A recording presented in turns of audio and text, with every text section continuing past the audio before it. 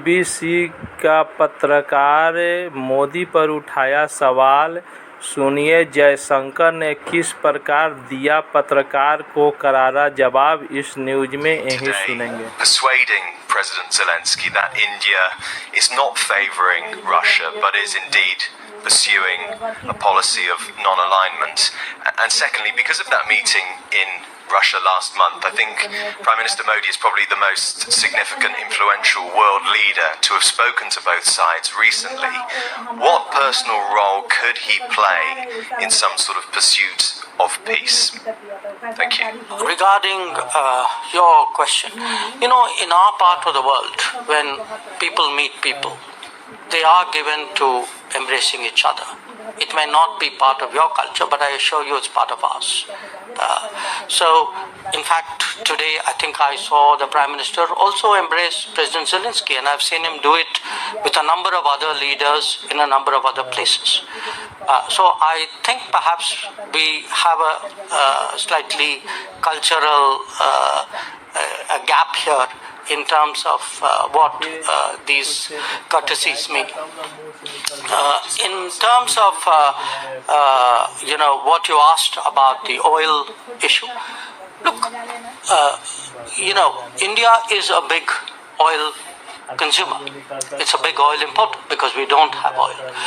Now, it's not like there's a political strategy to buy oil.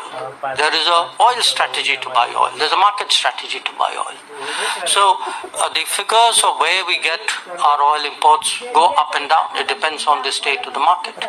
But it would definitely, I think the fact that the market is tight, that today big suppliers like Iran and Venezuela, who used to supply India, are constrained from operating freely in the markets, I think is a factor which needs to be taken into account. Regarding the conversation between the Prime Minister and President Zelensky, I think it was a perfectly convivial conversation. I think it was very constructive. I think there was a lot that we said which he heard with a great deal of attention. He knows that we mean well by Ukraine.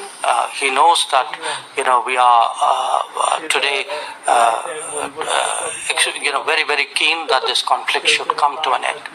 And essentially, what the message from our side to him, which surely would have not come as a surprise to him, is that if there is anything that we can do in any way, in sort of upfront or behind or supporting somebody, it's the objective that we are interested in rather than the process.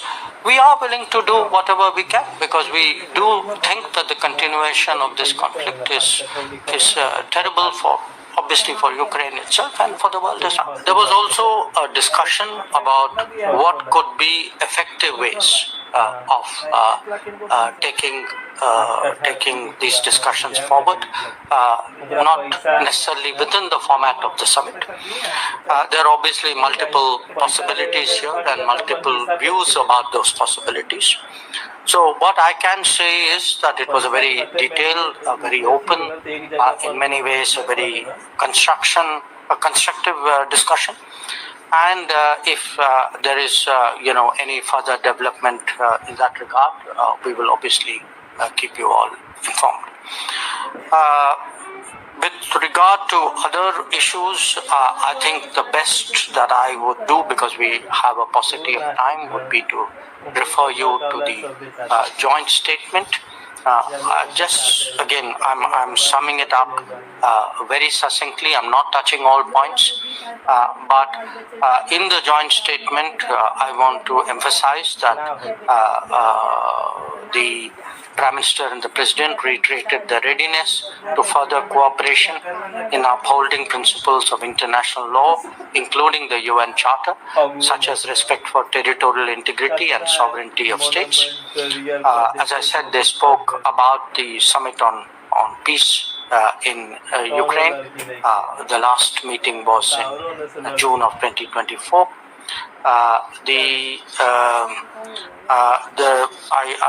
In terms of our own positions, I think I read out for you that particular paragraph. I would say, in addition to that, there are references in the joint statement to our bilateral cooperation, to trade, to commerce, to education. We signed 4 agreements today. One was in regard to community development projects in Ukraine. One was in regard to drugs control standards and harmonization. One was on cultural exchange, and the 4th one was agriculture. Finally, let me just say that we have been, in the past, been providing humanitarian assistance to Ukraine. I think 17 consignments so far have been delivered. These are largely in the medical, on the medical side. And today we handed over